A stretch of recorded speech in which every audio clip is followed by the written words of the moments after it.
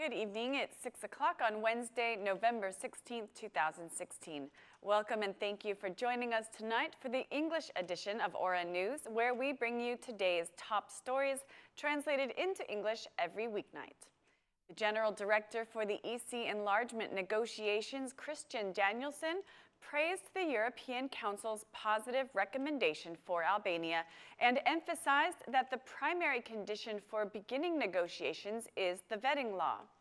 We will continue to support you with the judicial reform, for which we will give €70 million. The European Council's positive recommendation clearly states that opening negotiations is dependent upon the credible implementation of the judicial reform, and especially of the vetting law, said Danielsson, who did not provide a date for the negotiations to begin, as Albania's progress will determine further steps. Meanwhile, the Minister of Integration said that implementing the vetting law will determine when the negotiations will start, adding that December will mark the beginning of a new chapter for Albania.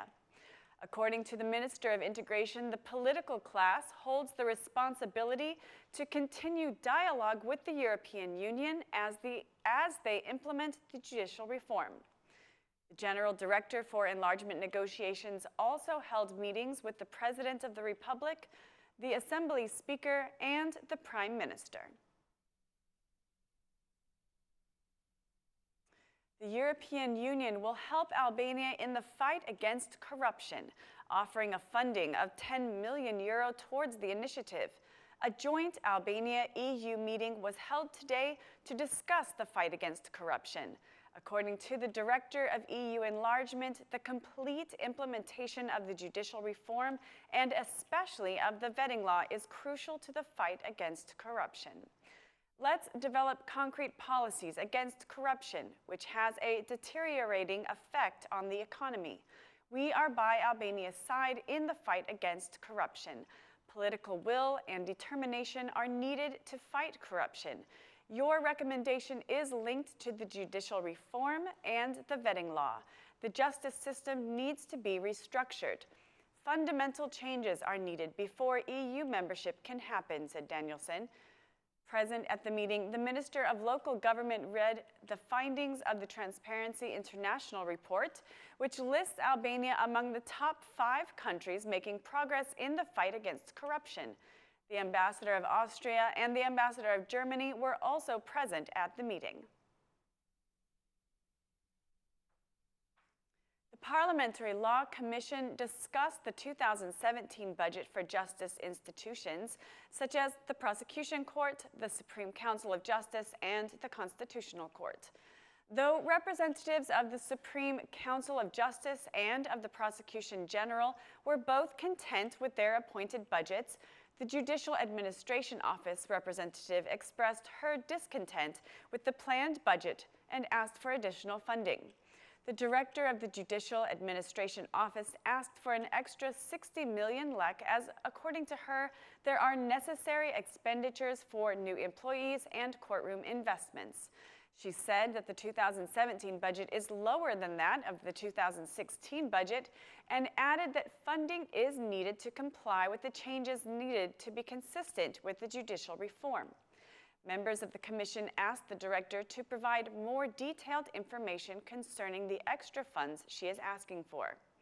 Representatives of the Constitutional Court also asked for additional funding for operational expenditures, claiming the 2017 budget is 1 million lek less than the 2016 budget. Parliamentary Economic Commission debated today over the General Secretary's statement that the President will appeal the predicted 2017 budget for the President's office with the Constitutional Court if an additional 20 million lek is not added.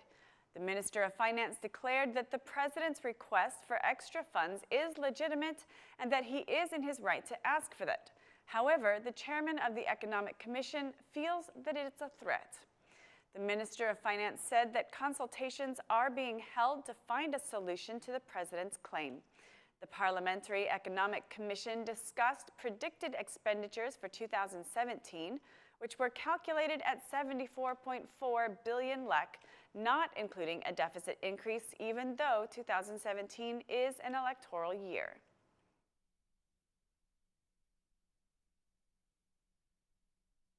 The Minister of Transport presented his ministry budget today at the Parliamentary Commission of Productive Activity. The minister said that the Ministry of Transport has a budget of 31 billion lek for 2017, which he plans to use to conclude several road projects. Several Socialist Movement for Integration MPs articulated discontent over what they feel is a low budget for the Ministry of Transport. The SMI MP Robert Beatry said that the budget is not divided to the needs of the sectors. The Minister of Transport, however, explained that the Fier bypass and the Tirana-Elbasan road work will finish by the end of 2017. He also raised a concern about foreign companies implementing infrastructure projects, which, according to the minister, obstruct Albanian companies benefiting from public funds. The Minister of Transport also announced a low-cost flight company in Albania, which will reduce prices for flights from Rinës Airport. Accompanied by the mayor of Durrës and a few members of parliament, Prime Minister Rama held a meeting with the farmers of Shijak to present the government's program for the agricultural sector. The Prime Minister invited the farmers to apply for funding from the National Guarantee Fund and promised a solution to the property title problem. In 25 years, the property law has not solved the issue of property titles and has further complicated the situation. We have undertaken a massive operation throughout Albania, and together with various city halls, we have started to deliver property titles based on Law 7501. No investments have been made to drainage channels since 1991.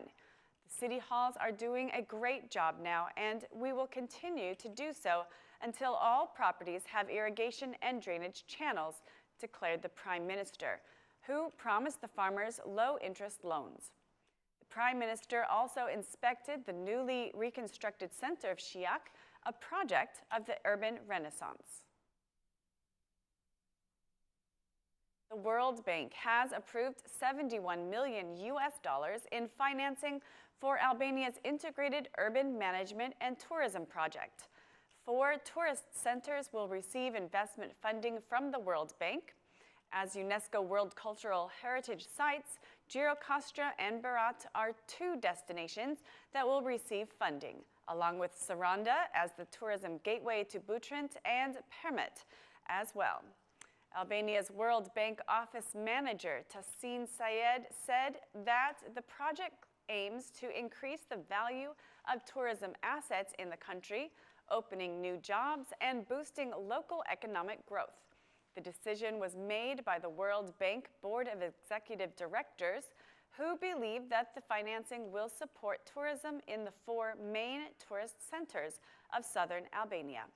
Directors of World Bank Project Paula Restrepo and Sean Mann emphasize that investments will make these 4 municipalities more attractive for visitors and private investors and will increase the opportunities for people to generate income.